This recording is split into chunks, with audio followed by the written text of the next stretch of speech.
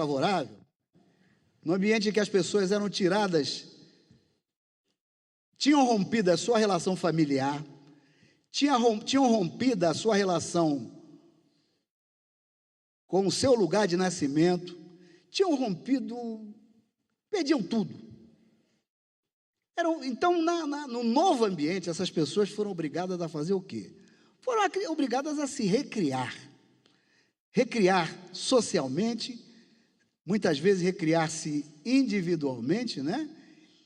Isso quando não morriam pelo caminho, quando conseguiam chegar ao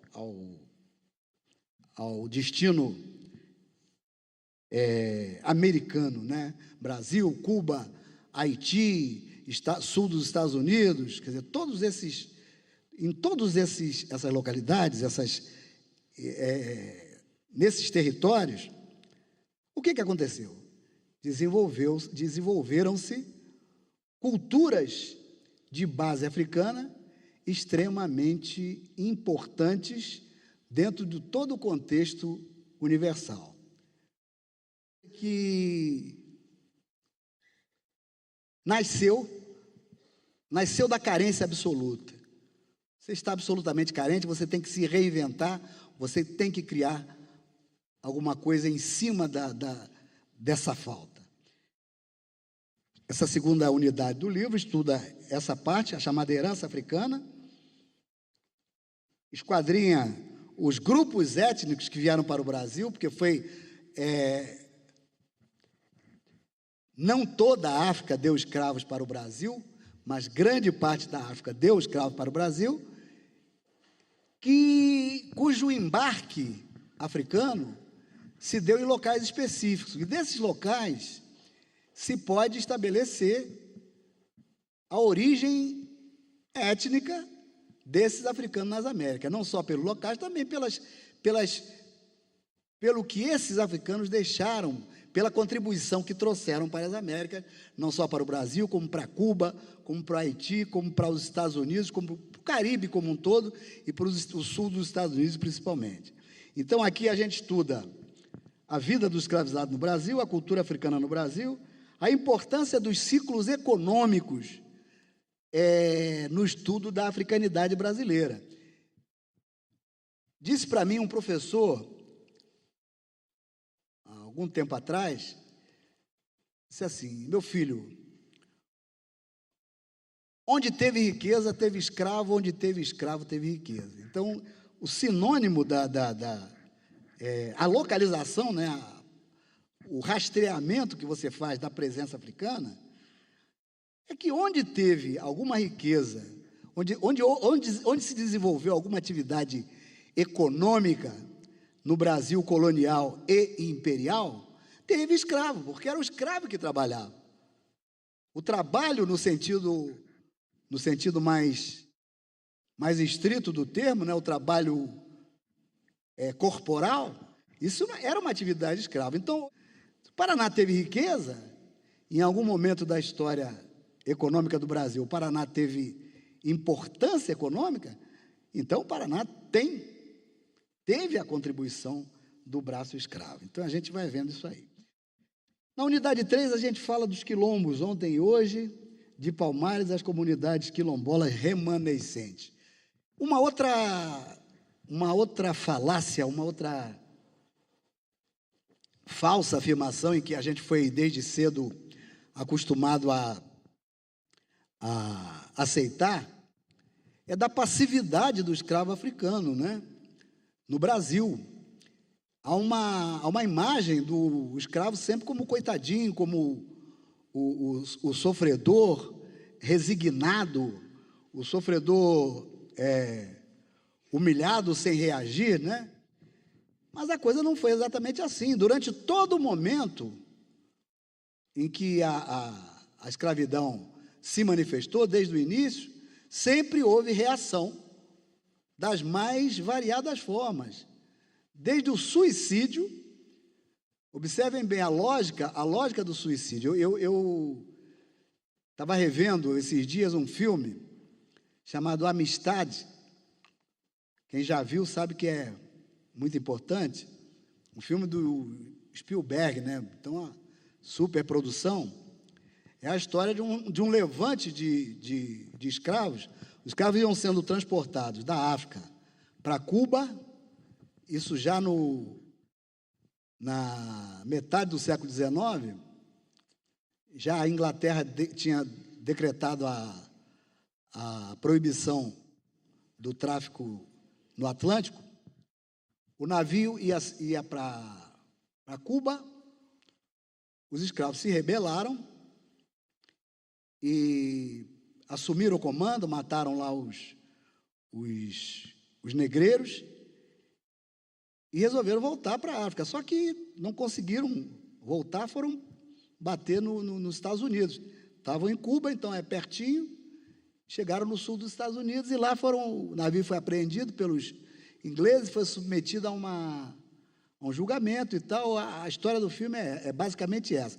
Mas tem uma cena muito altamente bem feita, em que há uma revolta dentro do navio negreiro, né? Isso antes da chegada, é o princípio da revolta. E numa determinada cena, aí que é interessante, uma escrava vem chegando, ela está com um bebê no colo, seu filho e tal, ela presenciando toda aquela agonia, todo aquele sofrimento, ela se senta na murada do navio, abraçada ao filho e se suicida. O suicídio era uma forma política, né? Muitas vezes já no exercício do trabalho, o escravo se suicidava, não exatamente supõe-se, né? Não apenas por depressão, não apenas pela tristeza, mas também para dar um prejuízo. Eu vou matar meu filho, porque o dono vai ter um prejuízo. Era evidentemente um prejuízo, porque o escravo era um bem econômico, e essa é uma forma de resistência à escravidão. Quer dizer, a negação da ordem escravista através da intenção de dar um prejuízo no dominador, no senhor. Envenenamento, escravos que tinham acesso, por exemplo, à comida dos senhores, né? Muitas vezes envenenavam gradativamente, colocando coisas na comida. Fugas puras e simples. Vou fugir, vou para o mato, vou viver por minha conta. E a forma mais consequente, né? A forma politicamente mais importante, que era a formação de quilombos, né? O quilombo mais importante, quilombo é um tipo de organização de defesa e resistência que tem raiz em Angola. Existe toda uma historiografia sobre uma rainha angolana que resistiu bravamente aos portugueses lá no século XVII, 1600 e qualquer coisa, Rainha Ginga, Zinga Mbandi, que no Brasil virou Rainha Ginga, que virou uma figura mitológica, né, do folclore. Qualquer congada, qualquer catumbi, qualquer catopé, qualquer manifestação de folguedo africano tem sempre a figura da Rainha Ginga, ou evocada, ou mesmo representada, né? É uma figura que marcou a africanidade brasileira de um modo muito forte e permanece no imaginário, né? Eu não sei de nenhuma referência à Rainha Ginga fora do Brasil.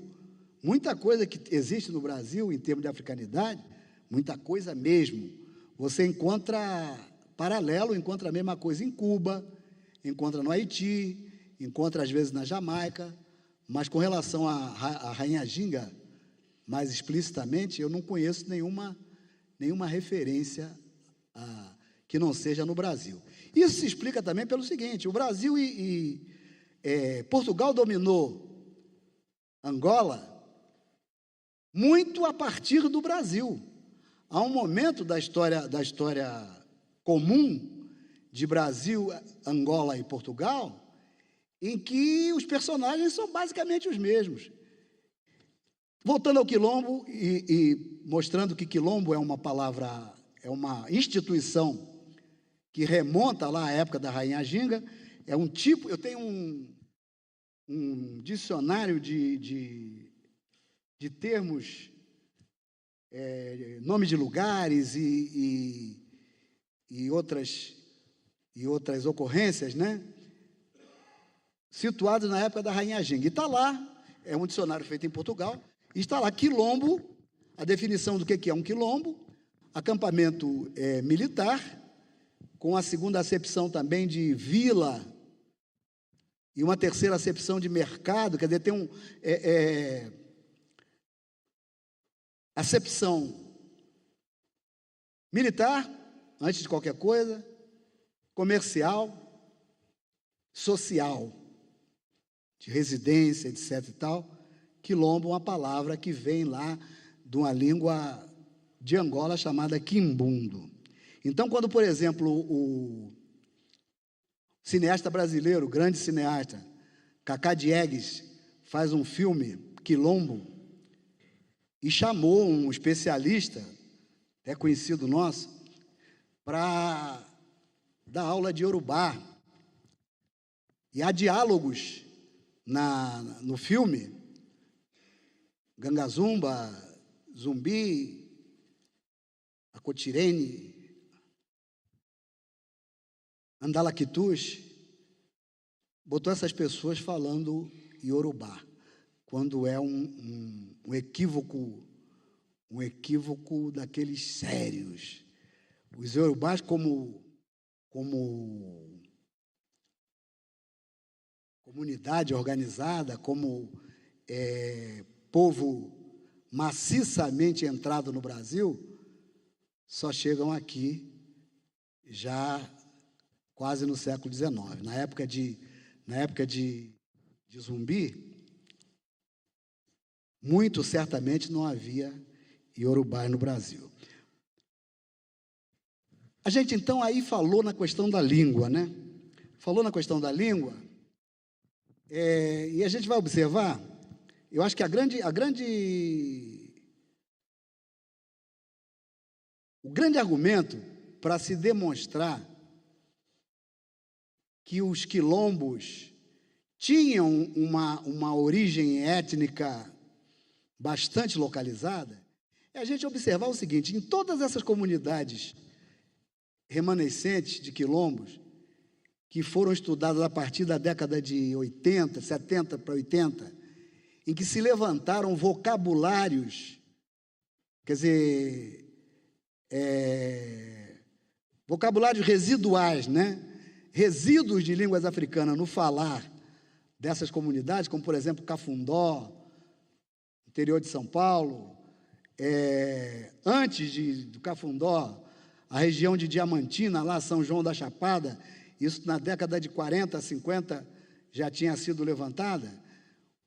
O léxico, o vocabulário residual africano falado por essas comunidades nunca é da África Ocidental, nunca é Iorubá, nunca é Jeje, nunca é Mina, não é de Gana, não é do Togo, não é da atual Nigéria, não é do Benin, não. É sempre de Angola e do Congo. Então, a gente localiza, percebe, daí a prevalência dessa bantuidade. Os povos do grupo Banto ocupam a maior parte do continente africano, e eles o que são povos bantos? São povos que têm uma identidade principalmente linguística. Você, quando fala assim, os povos latinos, né? Brasil, os brasileiros, os argentinos, os franceses são povos latinos. Por que são latinos? Porque falam línguas que provêm de uma antiga língua chamada latim. Então, o conceito de banto corresponde